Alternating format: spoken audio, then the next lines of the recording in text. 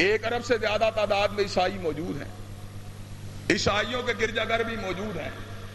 شہر لاہور کے اندر بھی موجود ہیں, شہر فیصل آباد میں بھی موجود ہوں گے. عیسائیوں کے دیش کے اندر بھی موجود ہیں, مسلمانوں کے ممالک کے اندر بھی موجود ہیں. لیکن ایمانداری سے یہ بات کہنا, عیسائی اتوار کے اتوار گرجا گھر میں آتے ہیں, گھنٹے کو بجاتے ہیں, پاس سے گزرنے والے کے آتی ہے, لیکن عیسیٰ کے نام کی جھنکار نہیں آتی. لیکن اس کے مد مقابل کملی والے کا مقام کا عالم کیا ہے؟ مسلمانوں کی مسجدیں فیصل آباد میں بھی موجود ہیں, ہندوستان میں بھی موجود ہیں, انگلستان میں بھی موجود ہیں, امریکہ کے اندر بھی موجود ہیں. میں نے کہاں کی بات کی؟ میں نے منموہن سنگھ کے دیش دلی کی بات کی, میں نے بلیئر کے دیش لندن کی بات کی, میں نے بش کے دیش نیو یارک کی بات کی. ان شہروں کے اندر جو مسجدیں موجود ہیں, مؤذن اذان دیتا ہے, آواز آتی ہے اشہد ان لا الہ الا اللہ, ساتھ ہی آواز بھی آتی ہے اشہد ان محمد رسول اللہ. بش میرے آقا کی عظمت کو نہیں مانتا, بلیئر میرے آقا کی عظمت کو نہیں مانتا, منموہن سنگھ میرے آقا کی عظمت کو نہیں مانتا, لیکن آقا کی رسالت کی صدائیں ان کے کانوں کے اندر بھی دن میں 5 مرتبہ لگتی ہے. مقام بلند کا عالم کیا ہے؟ دنیا کی کوئی ہستی بھی سید المعصومین کی عظمت کا مقابلہ نہیں کر سکتی, خاتم المعصومین کی عظمت کا مقابلہ نہیں کر سکتی. لیکن ایک اعزاز اہل حدیث ہے جو تم کو حاصل ہے, وہ کائنات میں کسی کو حاصل نہیں. ایک اعزاز وہ حاصل ہے مسلمانوں کو جو کائنات میں کسی مذہب کے پیروکاروں کو حاصل نہیں, کہ ہم امام معصوم کی امت ہیں, سید المعصومین کی امت ہیں, خاتم المعصومین کی امت ہیں. لیکن ایک اعزاز اہل حدیث کو حاصل ہے جو روئے زمین میں باقی کسی دوسرے کو حاصل نہیں. وہ مقام کیا ہے کہ آقا کو معصوم تو حنفی بھی مانتے ہیں, شافعی بھی مانتے ہیں, مالکی بھی مانتے ہیں, حنبلی بھی مانتے ہیں, جعفری بھی مانتے ہیں. لیکن ایک مقام اہل حدیث کو حاصل ہے, اور وہ مقام یہ ہے کہ عصمت کا خاتمہ اہل حدیث نے نبی کے اوپر کر دیا, کملی والے کے اوپر کر دیا. اوروں نے کملی والے کے بعد اوروں کو بھی معصوم بنا لیا, لیکن اہل حدیث سے صبر کا اعلان کر دیا. آمینہ کے لال کے آ جانے کے بعد, عبداللہ کے لاتے جگر کے دنیا میں تشریف لے آنے کے بعد, یاسین کے آ جانے کے بعد, طٰہٰ کے آ جانے کے بعد, بشیر کے آ جانے کے بعد, نذیر کے آ جانے کے بعد, مدثر کے آ جانے کے بعد, مزمل کے آ جانے کے بعد کوئی دوسرا کائنات میں معصوم ہو سکتا ہی نہیں ہے. یہ اعزاز اگر حاصل ہے تنہا اہل حدیث کو حاصل ہے. اہل حدیث نے کہا مفتی غلط بات بھی کر سکتا ہے, صحیح بھی کر سکتا ہے.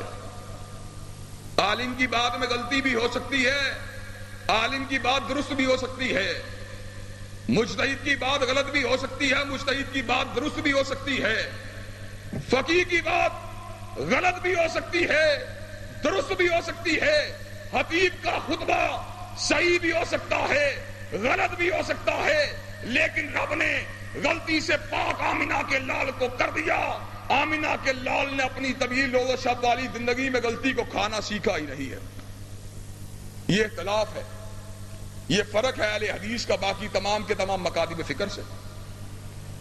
باقی مکاتب فکر کے لوگ اپنی مسجد کے امام کو بھی معصوم مانتے ہیں, اپنے مدرسے کے مدرس کو بھی معصوم مانتے ہیں, اپنے مقرر کو بھی معصوم مانتے ہیں, اپنے خطیب کو بھی معصوم مانتے ہیں.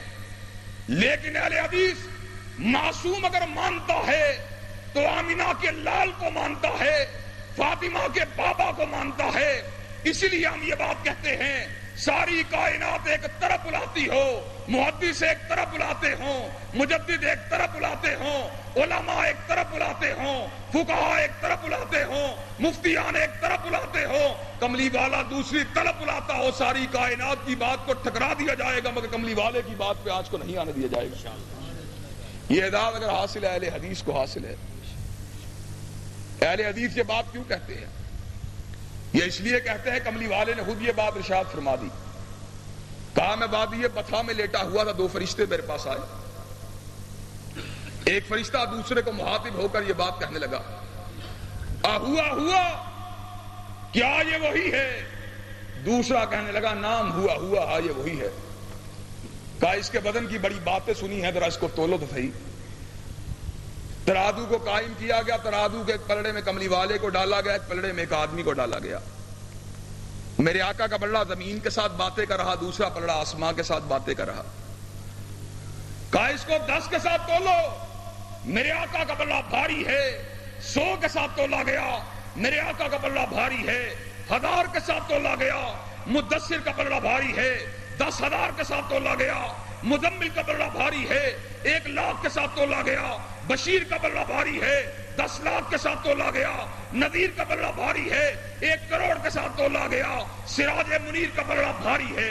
فرشتہ کہنے لگا اس کو اس طرح مت تولو، اللہ کی جمی مخلوق کو ایک پلڑے میں ڈالا جائے، تنہا مصطفیٰ کو دوسرے پلڑے میں ڈالا جائے۔ ایک ہے مصطفیٰ کی نعت کہنا، ایک ہے مقام مصطفیٰ کو پہچاننا۔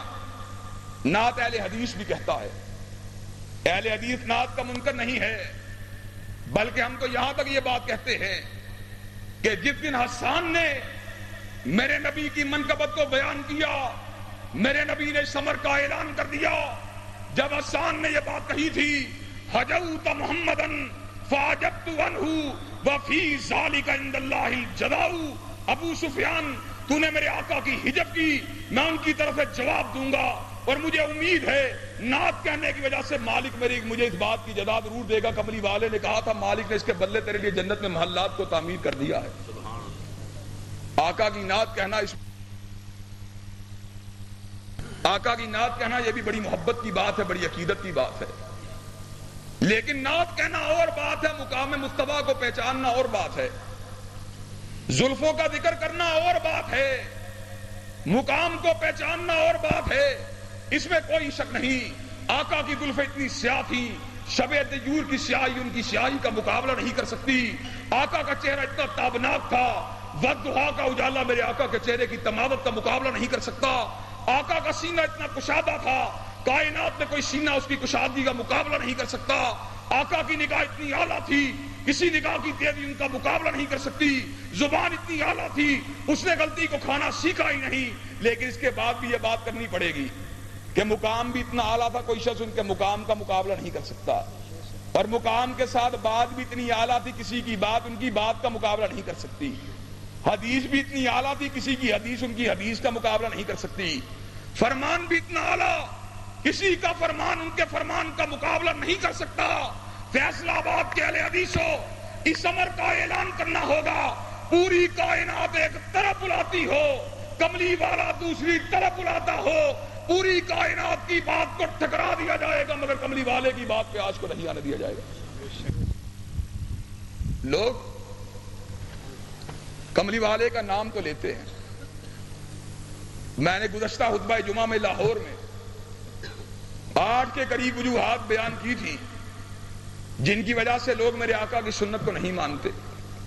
پہلی وجہ اپنے آبا کی تقلید، دوسری وجہ اپنے ائمہ کی تقلید، تیسری وجہ اپنی خواہشات کی پیروی، چوتھی وجہ تنازعات کے حل کا علم نہ ہونا، پانچویں وجہ یہ کہ حکمرانوں نے وقت کے دباؤ میں آ جانا، چھٹی وجہ پیسے کے لالچ کا دل میں آ جانا، ساتویں وجہ موت کا خوف انسان کے دل میں جاگزی ہو جانا، آٹھویں وجہ کہ اپنی برادری کی بات کو قبول کر لینا، نبی کی بات کو چھوڑ دینا، نویں وجہ آقا کی ذات کے ساتھ حسد کرتے ہوئے نبی کی بات کو نہ ماننا۔ لیکن اس بات کو ماننا پڑے گا، آبا کی تقلید بھی، ائمہ کی تقلید بھی، عدم علم بھی، خواہشات کی پیروی بھی آقا کے طرز عمل کی پیروی میں رکاوٹ نہیں بن سکتی۔ حکمرانوں نے وقت کا دباؤ بھی سنت سے ہٹانے کی وجہ نہیں بن سکتا۔ قوم موسیٰ کے لوگوں نے فرعون کے دباؤ کے اندر آ کر موسیٰ کی بات کو چھوڑ دیا۔ مالک نے اس امر کا اعلان فرما دیا، فَاسْتَخَفَّ قَوْمَهُ فَأَطَاعُوهُ إِنَّهُمْ كَانُوا قَوْمًا فَاسِقِينَ۔ اور موسیٰ کی قوم کے لوگوں نے فرعون کے دباؤ سے موسیٰ کی رسالت کا انکار کر دیا، وہ سارے کے سارے فاسق و فاجر تھے۔